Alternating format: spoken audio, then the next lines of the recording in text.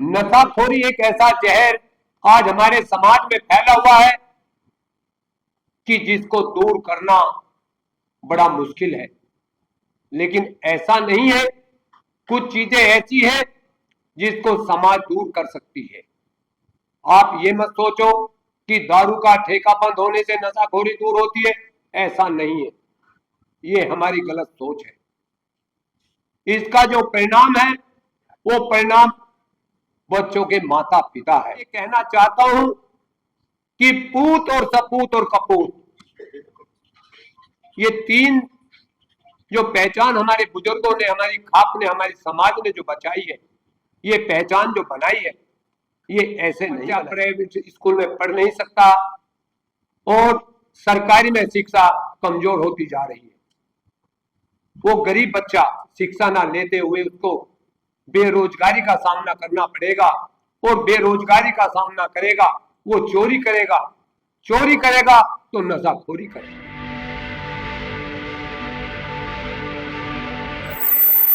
मंच पर बैठे महामंडलेश्वर और सम्मानित मंच के सामने बैठे सभी अतिथिगण और मातृशक्ति, सबसे पहले मैं श्री संजय जी का धन्यवाद करता हूं कि जिसने एक कमेटी बनाकर और ये मन में ठाना कि युवाओं को जगाना, युवाओं को कैसे जगाया जाए।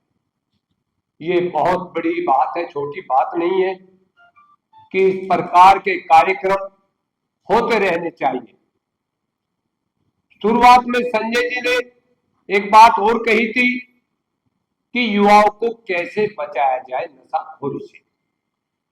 नशाखोरी एक ऐसा जहर आज हमारे समाज में फैला हुआ है कि जिसको दूर करना बड़ा मुश्किल है। लेकिन ऐसा नहीं है, कुछ चीजें ऐसी हैं जिसको समाज दूर कर सकती है। आप ये मत सोचो कि दारू का ठेका बंद होने से नशाखोरी दूर होती है, ऐसा नहीं है। ये हमारी गलत सोच है।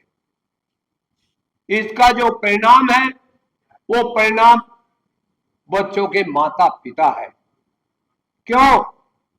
अब से पहले घर में 4-5 बेटे, 2-3 बेटियां होती थी, पूरा परिवार अपना कार्य करता था, सम्मान करता था। मेरे से पहले वक्ताओं ने भी कहा कि एक एक बच्चा होना, गार्जियन उसके मुंह में फंस जाते हैं। कोई अच्छा उद्योगपति है या कोई किसान भूमि बेचता है, उसकी इच्छाओं को पूरी करने के लिए पूरी संपत्ति उसके पीछे लगा देता है। क्यों? क्योंकि उसको डर होता है कि एक बेटा है मेरा, कहीं ये खो ना जाए, आत्महत्या ना कर ले।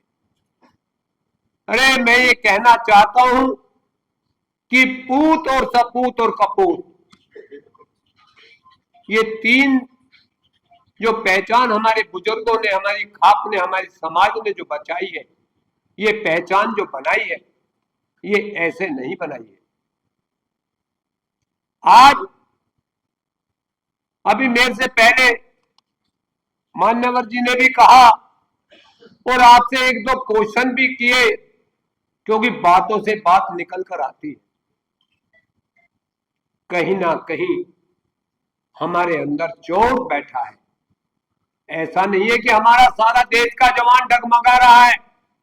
हमारे देश का जवान आज सीमा पर आपके देश की सुरक्षा भी कर रहा है। हमारा जवान पायलट भी है, हमारा जवान इंजीनियर भी है। रही बात किसकी? नशाखोरी की। नशाखोरी पर 3 तरह के बच्चे जा रहे हैं। या तो माँ बाप उसको सही शिक्षा नहीं दे रहे, दूसरा शिक्षा, जिसका अभी उदाहरण आपके सामने देखने को मिला। अगर सभी ने ये शिक्षा पहले दी होती या आज हमारे कॉलेज में जुड़ी होती, तो यहां 2 नहीं, यहां 100 के 100 हाथ उठाते। क्योंकि शिक्षा की कमजोरी। दूसरा गरीबी, गरीबी में बच्चा प्राइवेट स्कूल में पढ़ नहीं सकता और सरकारी में शिक्षा कमजोर होती जा रही है। वो गरीब बच्चा शिक्षा ना लेते हुए उसको बेरोजगारी का सामना करना पड़ेगा और बेरोजगारी का सामना करेगा, वो चोरी करेगा, चोरी करेगा तो नशाखोरी करेगा। तो इस सभी को, हम सबको मिलकर इस देश के नौजवान को बचाना है, क्योंकि हमारे देश की जो ताकत है वो जवान है। हमारे देश की पहचान, हमारे देश की शान है। समय का अभाव में बोलने को बहुत मन कर रहा है, लेकिन मैं एक चीज और बता देना चाहता हूं, क्योंकि मेरे सामने जो भगवान देव तुल के समान जो चेहरे बैठे हैं, कोई गांव से, कोई शहरों से, लेकिन हमारी समाज में हुक्का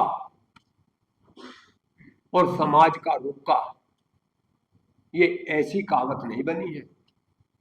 क्यों? क्योंकि हुक्के पे एक भाईचारा इकट्ठा होता था, वो भाईचारा जो एक दूसरे की दुख सुख में शरीक होकर उसका दुख बताता था। लेकिन आज ना हुक्का है ना समाज है। क्यों? क्योंकि हमारी शिक्षा की कमजोरी है। हम उसके खुद जिम्मेदार हैं। हम कभी आकर ये नहीं देखते, बच्चों की मां से ये नहीं पूछते कि आज बच्चे ने क्या कार्य किया या बच्चा कहां गया, या हमारे घर पे कोई अतिथि आया। नहीं, क्योंकि हम ऑफिस से आएंगे, अपना फोन लिया या दोस्तों के साथ बाहर बैठ गए, राम राम श्याम श्याम, इससे ज्यादा हम कुछ नहीं करते।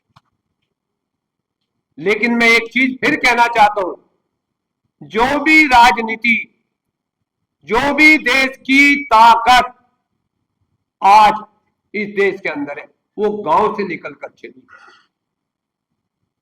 विचारधारा बड़ी ताकत, बड़ी कीमती चीज है। धन और मन, धन कामयाब नहीं है, मन बड़ा कामयाब है, विचारधारा बड़ी कामयाब है, जिसका मेरे से पहले पूर्व वक्ताओं ने जिक्र किया।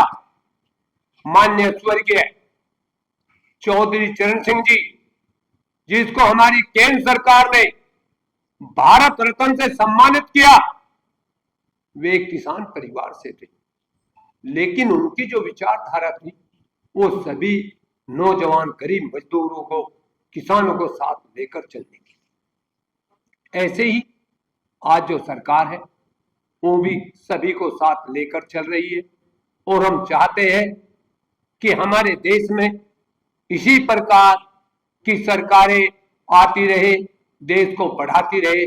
जय हिंद, जय भारत।